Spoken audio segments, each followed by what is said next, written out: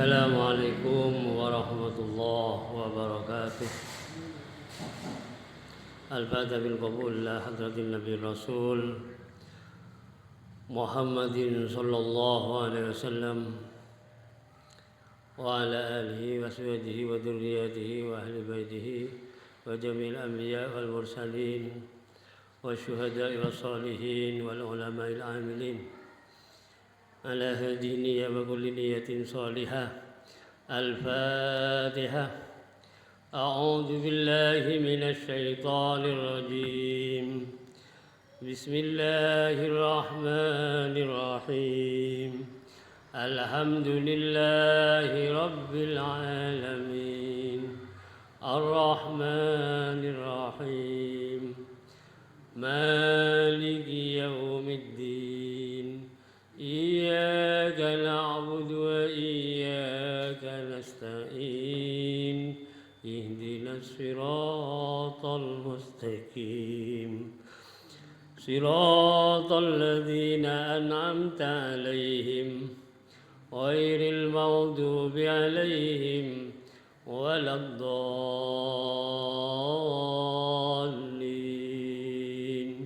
Amin. Allahumma salli wa sallim wa barik alaihi wa ala alihi. Allahumma salli ala Muhammad. Ya Rabbi salli alaihi wa sallim. Allahumma salli ala Muhammad. Ya Rabbi salli alaihi wa sallim. Arju syafa'ata min Muhammad. Lau kuntu artakibul muharram. Allahumma salli ala Muhammad. Ya Rabbi salli alaihi wa sallim. Man jawa malja'una Muhammad. Yawmal hawali bihi tahasham. Allahumma salli ala Muhammad. Ya Rabbi salli alaihi wa sallim. Wan nuru jaa bihi Muhammad. Wal haqqu bayyana in takallam. Allahumma salli ala Muhammad. Ya Rabbi salli alaihi wa sallim. A'la samai sama Muhammad. Jibrilu qala lahu taqaddam.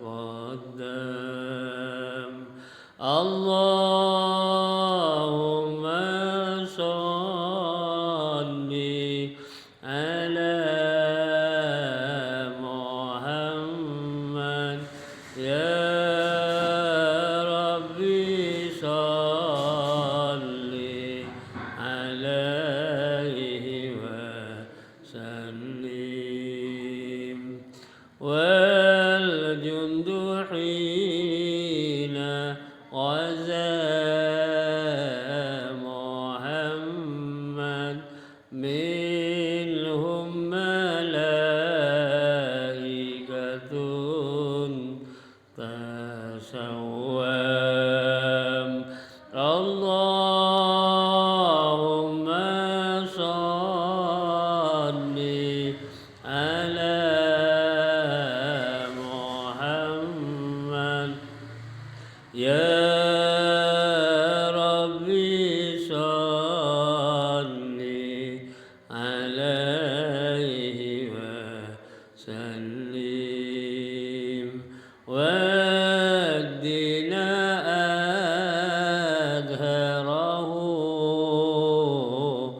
محمد والكفر أبطله فهدم اللهم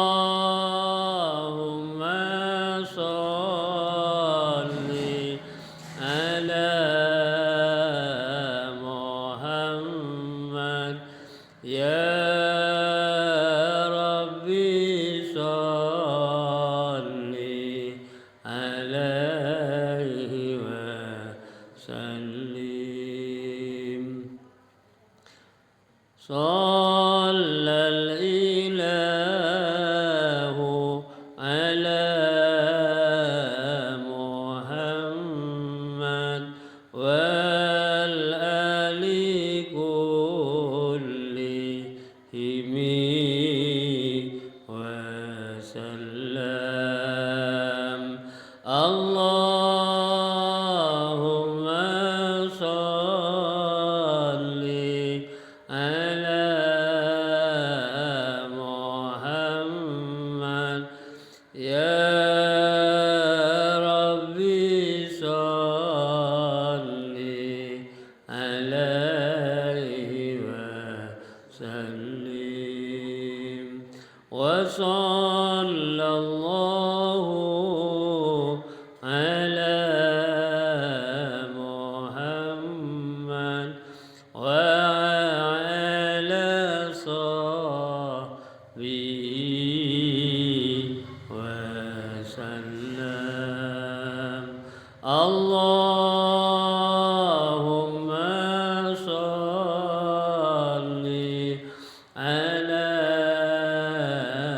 محمد يا ربي صل عليه وسلم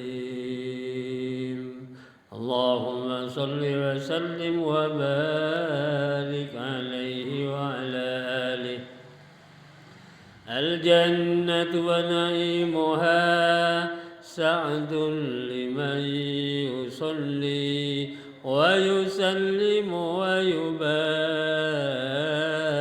عليه وعلى آله أدر اللهم قبره الكريم بعرف شديد من صلاة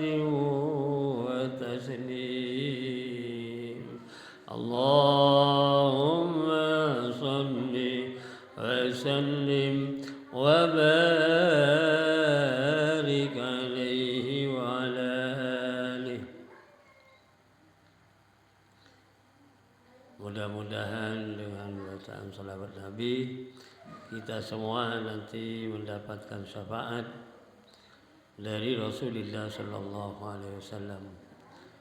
Mudah-mudahan kita besok di akhirat di hadapan Allah bisa berkumpul bersama Nabi Muhammad, para nabi-nabi yang lain, para siddiqin, para syuhada, para sholihin, para ulama. Akhirnya kita semua dimasukkan oleh Allah Subhanahu wa taala ke dalam surganya yang penuh dengan nikmat. Amin Allahumma amin. Hadirin hadirat yang saya muliakan, alhamdulillah pada malam ini kita bisa menghadiri acara pengajian rutin Jumat malam di Langgar Hidayah Kauman dalam keadaan sehat walafiat. Semoga kehadiran kita ini senantiasa mendapatkan tambahan rahmah dan nikmat dari Allah, khususnya mendapatkan tambahan ilmu pengetahuan yang diridhai oleh Allah fid dini wad dunya wal akhirah. Amin Allahumma amin.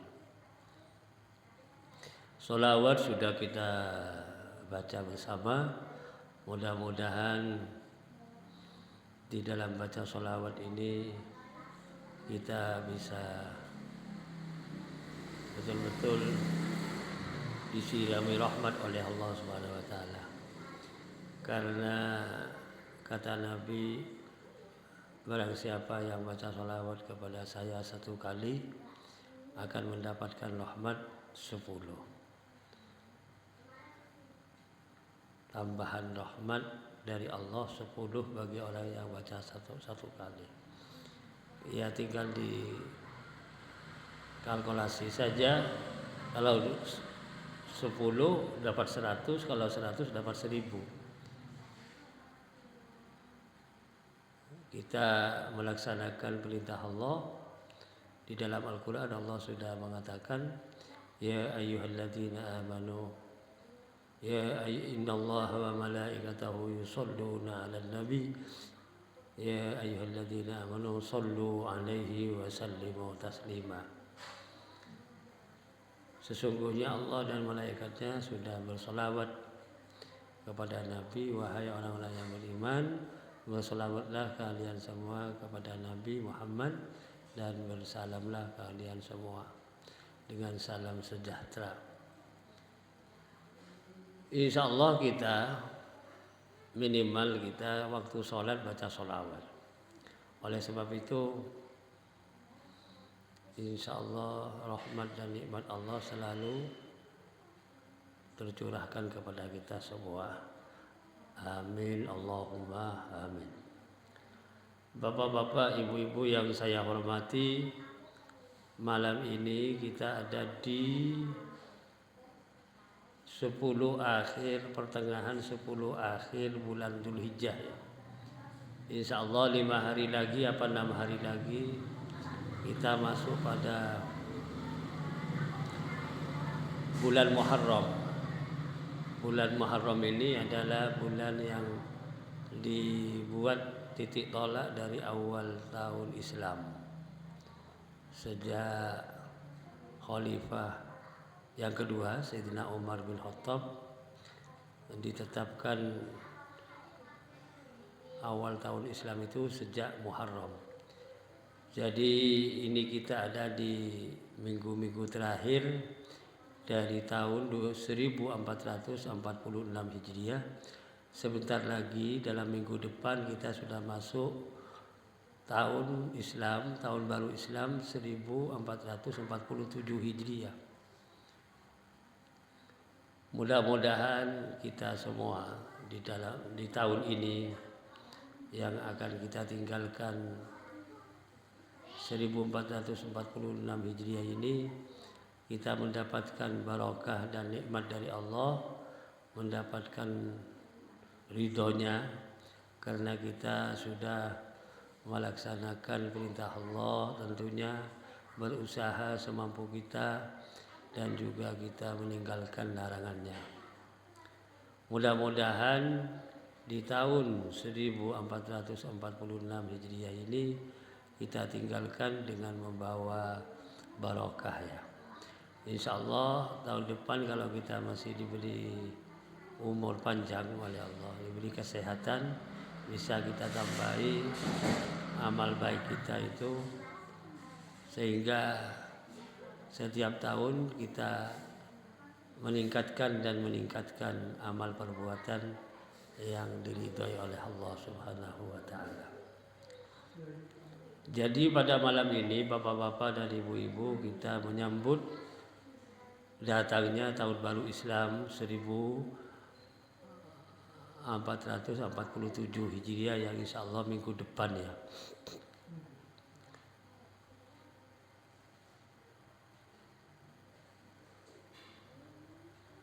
Kebetulan bulan Muharram sejak ditetapkan sebagai tahun baru Islam itu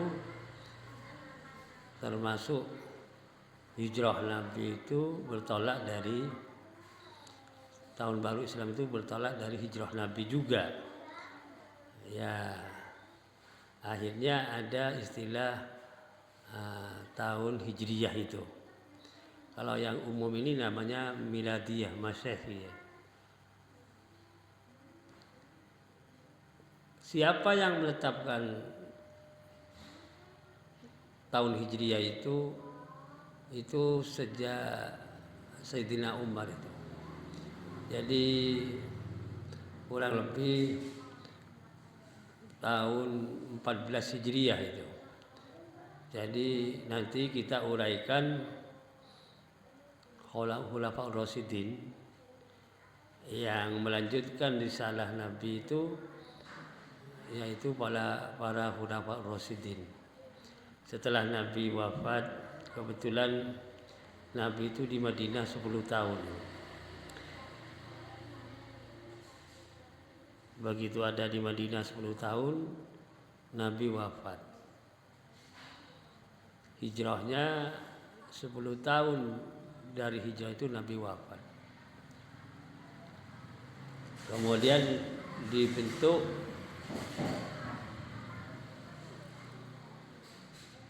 sahabat Nabi yang paling dekat, bahkan itu dalam riwayat termasuk mertuanya Sayyidina Abu Bakar.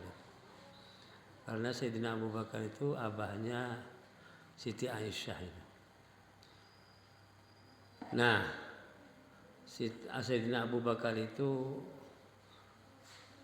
kebetulan Khulafaur Rasyidin yang pertama itu memegang jabatan tidak lama. Beliau itu hanya 2 tahun 3 bulan 11 hari. 2 tahun ya, 2 tahun 11 bulan ya, 2 tahun, saya ulangi supaya tidak keliru. Sayyidina Abu Bakar itu megang kepemimpinan sebagai Khulafaur Rasyidin itu hanya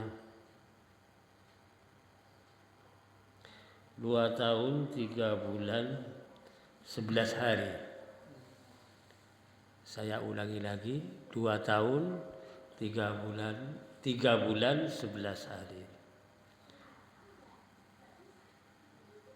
Berarti Sayyidina Abu Bakar alokasi waktunya hanya dalam 3 tahun setelah wafat Nabi Muhammad sallallahu alaihi wasallam untuk melaksanakan risalah Islam yang beliau termasuk estafet dari Rasulullah sallallahu alaihi wasallam.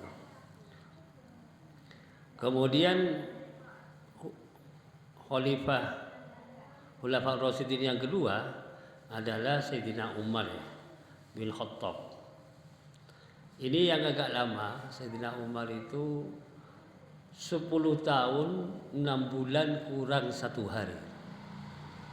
10 tahun 6 bulan kurang 1 hari. Pada saat beliau megang tampuk kepemimpinan sebagai Khulafaur Rasyidin, disitulah ditetapkan tahun Islam itu berdasarkan hijrah Nabi. Titik tolaknya dari hijrah Nabi, sehingga disebut seperti sekarang sudah 1446 Hijriah. Jadi dari hijrahnya Nabi sudah 1446. 6 tahun maksudnya ya. Alhamdulillah umat Islam patokannya dari situ.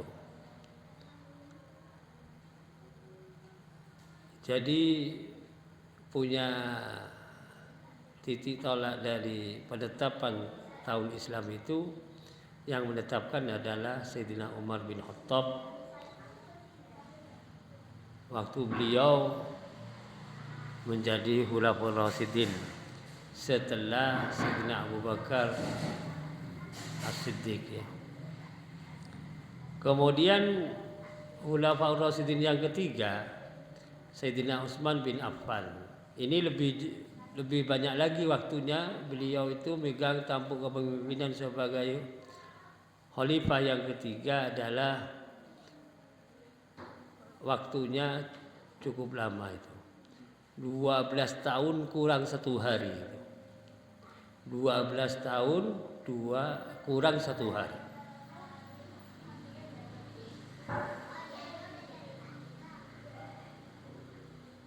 Yang terakhir Khulafaur Rasyidin yang keempat adalah Sayyidina Ali bin Abi Thalib. Ini agak cukupan ini, 4 tahun 9 bulan beliau itu megang tampuk kepemimpinan sebagai Amirul Mukminin 4 tahun 9 bulan. Jadi 4 khalifah itu, Khulafaur Rasyidin yang 4 orang, Sayyidina Abu Bakar As-Siddiq, Sayyidina Umar bin Khattab, Sayyidina Utsman bin Affan, Sayyidina Ali bin Abi Thalib, itu alokasi waktunya hanya kurang lebih 29 hari, 29 tahun. Dari 4 khalifah itu 29 tahun 6 bulan 9 hari. Jadi kalau diropel dengan hijrahnya Nabi berarti alokasi waktunya 40 tahun itu. Begitu Nabi berangkat hijrah dari Mekah ke Madinah 10 tahun wafat, terus dilanjutkan Sayyidina Abu Bakar itu tadi 2 tahun 3 bulan 11 hari. Kemudian dilanjutkan Sayyidina Umar 10 tahun 6 bulan kurang 1 hari. Kemudian Sayyidina Utsman 12 tahun kurang sehari. Kemudian Sayyidina Ali karramallahu wajhah 4 tahun 9 bulan. Total itu yang alokasi waktu yang dilalui oleh Khulafaur Rasyidin 4 orang 29 tahun 6 bulan 9 hari plus 10 tahun ya. Bapak-bapak, ibu-ibu yang berbahagia, kemarin sudah saya sampaikan bahwa setelah Khulafaur Rasyidin mungkin ada dari keluarga Khulafaur Rasyidin itu yang melanjutkan. Setelah itu kemudian para tabi'in. Nah, para tabi'in ini alokasi waktu yang dilalui oleh para tabi'in yang melanjutkan pengikut dari Khulafaur Rasyidin, para sahabat Nabi, itu kurang lebih 150 tahun sampai 160 tahun. Itulah para tabi'in. Jadi 40 tahun dengan 160 berarti 200 tahun kan.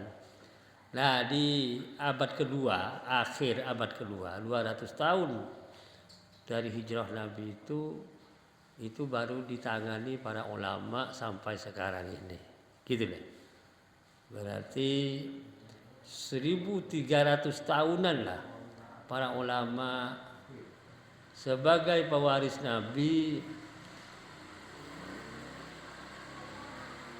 melaksanakan dan menyampaikan syariat Islam, khususnya akidah Islam dan juga akhlak Islam, disampaikan oleh para ulama itu kurang lebih 1300 tahunan.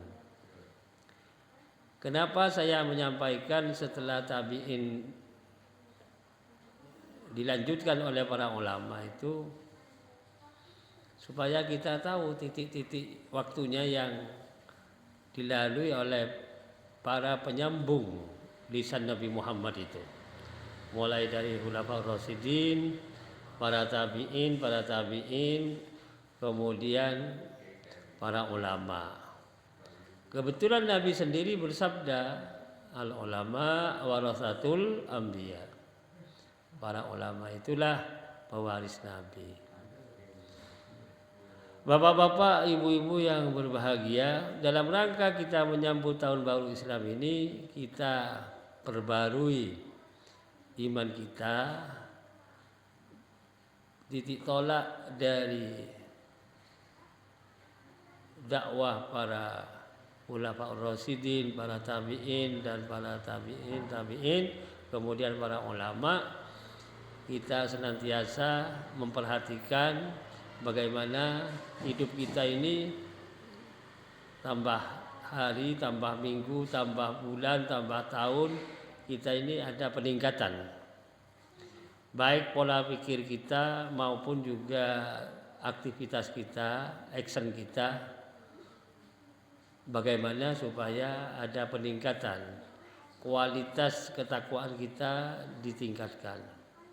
Iman yang sudah kuat dan mantap dimantapkan lagi. Kemudian kalau mengikuti saran dari Nabi Muhammad itu sebetulnya bagi kita sebagai umatnya tidak begitu sulit itu. Karena untuk memperbarui iman itu sederhana itu Nabi. Nabi mengatakan jadidu imanakum, gitu ya. Perbaruilah iman kalian itu. Ini Nabi dawuh kepada para sahabatnya. Kemudian sahabat tanya kepada Nabi, "Kaifa nujaddidu imanana ya Rasulullah?" Lalu bagaimana kami bisa memperbarui iman kami ya Rasulullah?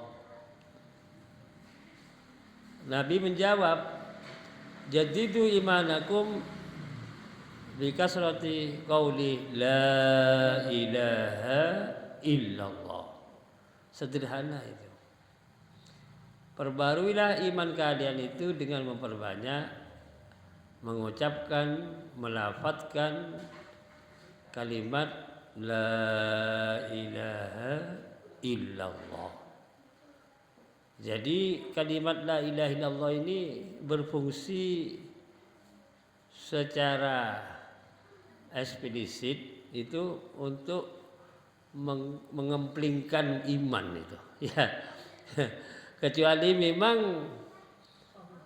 memantapkan keyakinan kita kepada Allah, sekaligus keyakinan kita tambah kempling itu, tambah bersinar ya. Bapak-bapak, ibu-ibu yang berbahagia, kalau mengupas kalimat la ilaha illallah, luar biasa itu, indah sekali sebetulnya. Karena kalimat yang pendek ini bisa mengentaskan manusia yang sedang ada di neraka, kan gitu ceritanya. Ya, ada satu orang masuk neraka, sudah lama di neraka, sudah gosong semua, hangus badannya, tapi ada titik kecil yang didengar oleh malaikat waktu itu bersuara bahwa ya Hanan, ya Manan, ya Manan, ya Hanan, ya Manan. Jadi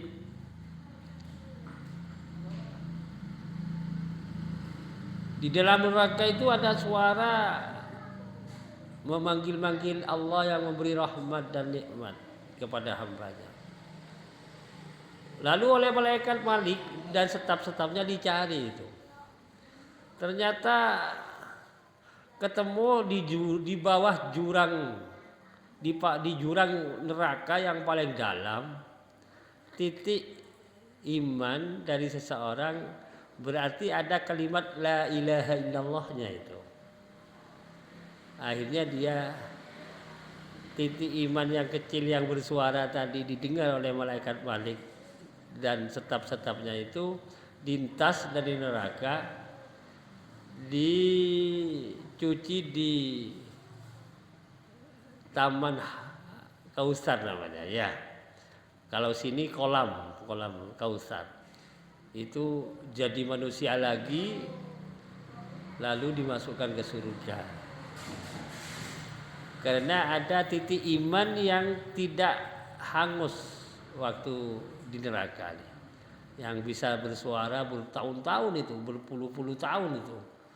Yang ya Hanan ya Manan tadi itu.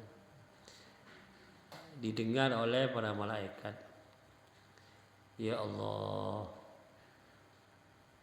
Itu kalimat la ilaha illallah kalau dimaknai yang agak dalam sedikit ya. Kalau yang kita tahu itu terjemahan ya. Tiada Tuhan selain Allah kan gitu. Itu terjemahannya. Kalau maknanya begini. La ma'buda bihaqqin fil wujudi illallah gitu maknanya itu.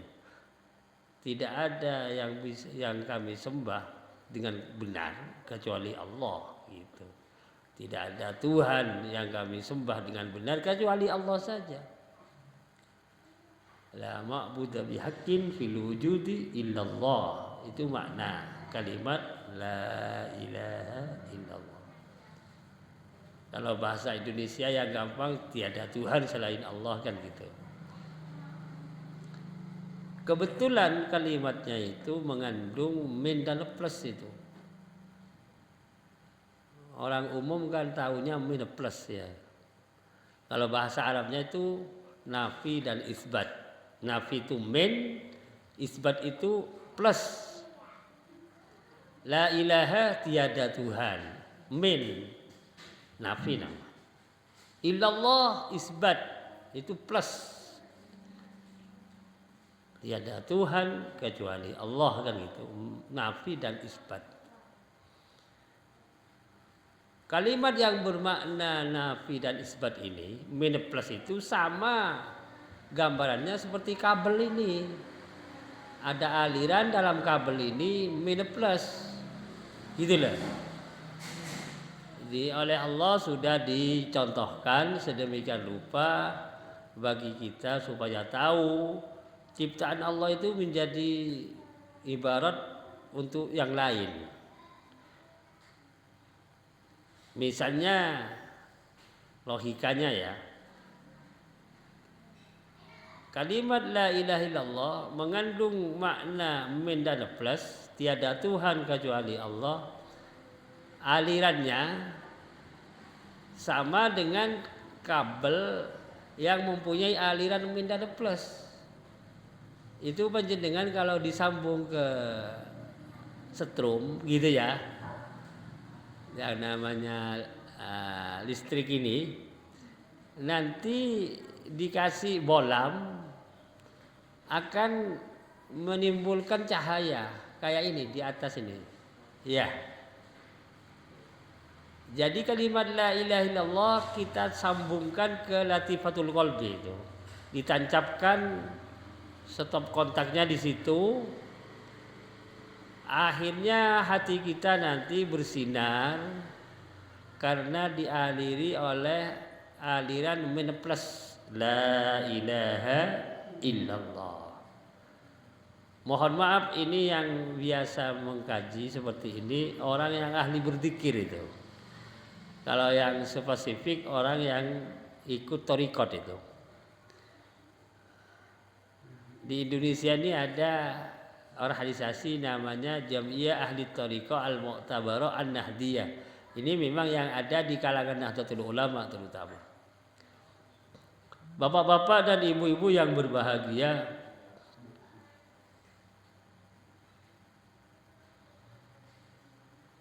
kalimat La ilaha illallah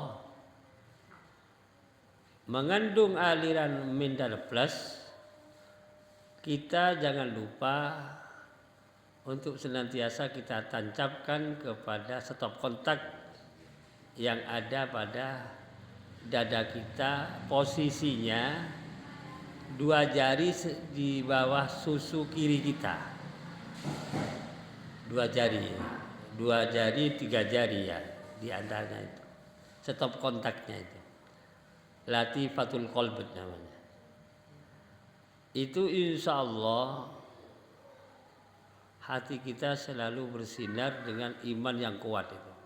Karena kalimat ini bersarang di latifatul qalbi, di dalam stop kontak yang mengalir kepada setrum listrik ya, kalau listrik itu ya, yang akan menimbulkan cahaya.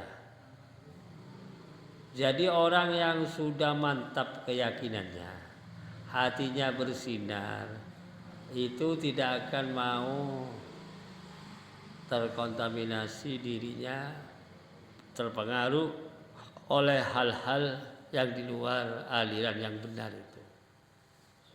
Iya. Sebab begini, kalau aliran itu konslet, itu, kalau konslet itu tidak nyambung, ya listriknya, bolamnya atau neonnya tidak hidup itu. Konslet bisa-bisa kobong kan gitu. Tidak sedikit tempat yang terbakar itu karena konsletnya aliran listrik tadi. Oleh sebab itu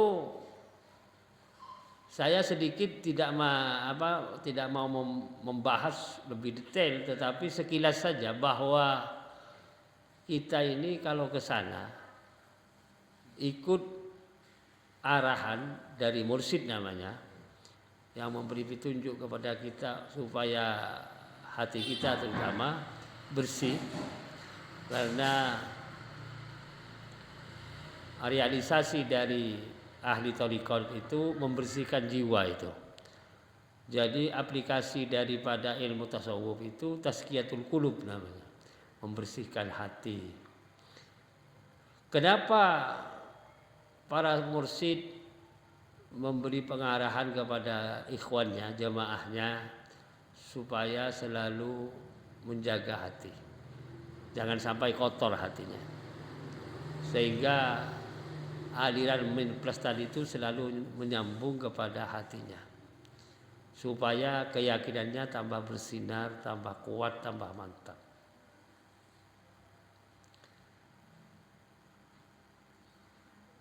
Ya kita kalau mau masuk ke situ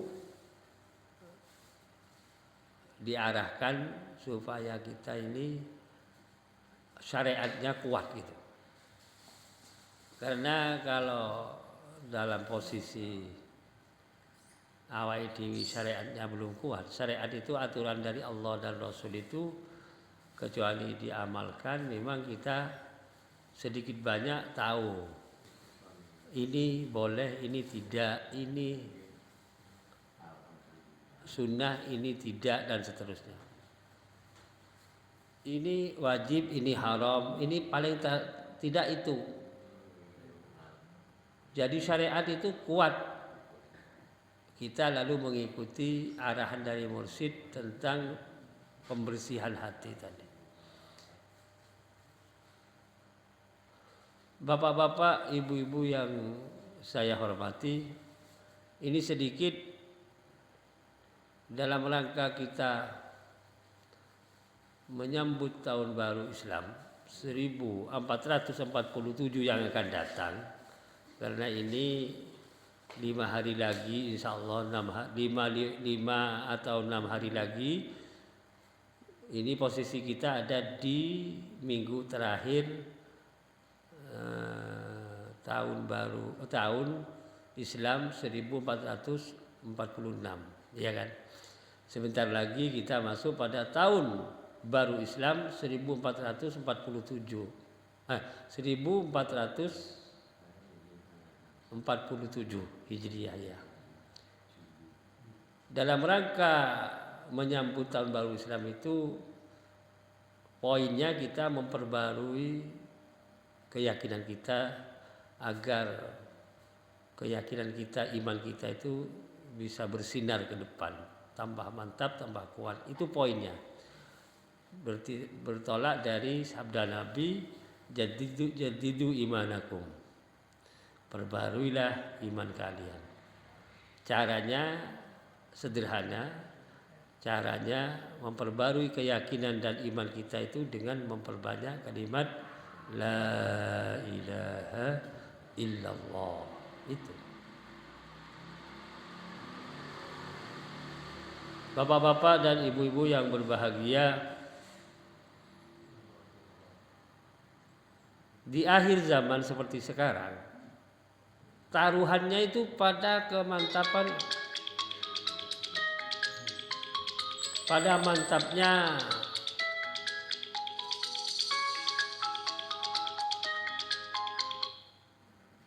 taruhannya adalah pada mantapnya keyakinan. Keyakinan itu iman. Kalau iman itu sudah kuat di zaman akhir seperti sekarang, insya Allah tidak terpengaruh dengan hiruk pikuknya keadaannya sekarang. Karena ini sekarang kita ini dipengaruhi dengan suasana yang seperti kita saksikan utama. Lebih-lebih kita kalau buka HP itu ya, bermacam-macam informasi. Sekiranya kita ini juga mengumpulkan dosa tiap detik ya, tiap menit, tiap jam, tiap hari, itu segawat itu. Ya karena kalau baca di mass media ini, di medsos itu, ya Allah, itu sudah ada yang manfaat itu misalnya pengajian. Tapi orang sekarang kan banyak yang tidak suka kalau ke pengajian. Di sini juga, mohon maaf ya. Tapi kalau saya tidak pengaruh dengan banyaknya orang, sedikitnya, pokoknya ngaji gitu kalau saya itu. Nah, yang jelas itu orang Islam ini, khususnya kita umat Islam, itu masih banyak yang terbius dengan suasana keduniaan saja. Kalau urusan akhirat itu ya nanti gitu, pikirannya nanti saja. Jadi padahal Allah Ta'ala tahu, Allah Ta'ala yang maha tahu, dan yang menentukan semuanya itu Allah. Yang menjadi persoalan, sekarang kita ini hidup, bisa bicara, bisa duduk bersama, tahu-tahu nanti apa besok sudah lain ceritanya. Padahal awal dewi tidak ada perkiraan dari sekarang untuk besok itu bagaimana. Pokoknya ya berjalan begini. Ini kan memang kita terbatas pengetahuan, tidak bisa melihat hal-hal yang akan datang kan begitu. Yang akan datang itu yang tahu Allah kan gitu. Akhirnya terpengaruh, banyak orang yang terpengaruh dengan suasana yang menghipotis kita. Jadi keyakinan kalau tidak kuat, iman tidak kuat, tidak mantap, bisa terpengaruh itu. Bisa terpengaruh. Nah di sini yang harus kita waspada di akhir zaman seperti sekarang ini, gangguan itu kepada keyakinan. Keyakinan bisa berubah, bahkan dalam riwayat itu ada seseorang pagi iman, sore sudah kafir. Sore iman, pagi sudah kafir. Na'udzubillah min dzalik. Ini doa yang ada di akhir sholat itu diamalkan itu. Ya muqallibal qulub, tsabbit qalbi ala dinika. Wahai zat Allah yang memutarbalikkan hati, tetapkan hati saya pada agamamu ya Allah. Ya muqallibal qulub, tsabbit qalbi ala dinik. Ini ada doa untuk mengunci diri kita itu tidak terpengaruh dengan yang lain. Maksudnya kalau dalam doa Fatihah itu siratal mustaqim, gitu ya. Jalan yang lurus kan gitu. Jalan yang lurus itu adalah agama Islam ini. Supaya tidak terkontaminasi dengan hiruk pikuknya suasana yang di akhir zaman seperti sekarang. Kalau cuma kehilangan duit itu bisa dicari lagi. Tapi kalau sudah kehilangan keyakinan, iman bahasa, ya na'udzubillah min dzalik gitu. Bapak-bapak, ibu-ibu yang saya hormati, ini sedikit uraian dalam rangka menyambut tahun baru Islam 1447 yang akan datang. Mudah-mudahan kita semua diberi panjang umur oleh Allah, mendapatkan barokah, nikmat, rahmat dari Allah, panjang umur, sehat lahir batin, bisa melaksanakan tugas-tugas yang penting, perintah dari Allah dan Rasulullah. Kita juga meninggalkan larangannya, tidak kita terjerumus dengan hal-hal yang dilarang oleh Allah Subhanahu wa taala. Bapak-bapak dan ibu-ibu yang berbahagia, mudah-mudahan sekali lagi kita selalu mendapatkan tambahan ilmu yang bermanfaat, mendapat ridho dari Allah Subhanahu wa taala. Andai kata kita besok dipanggil oleh Allah dalam posisi husnul khatimah. Amin Allahumma amin.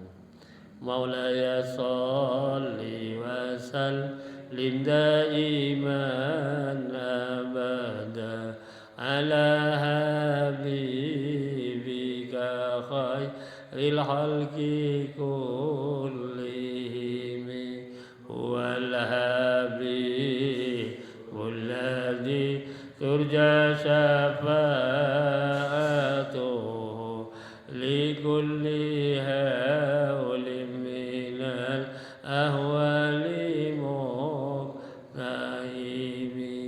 ya rabbi bil mustafa balligh maqasidana waghfir lana ma madha ya wasi'al karami.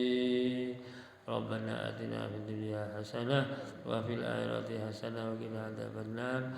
Walhamdulillahi rabbil alamin. Assalamualaikum warahmatullahi wabarakatuh.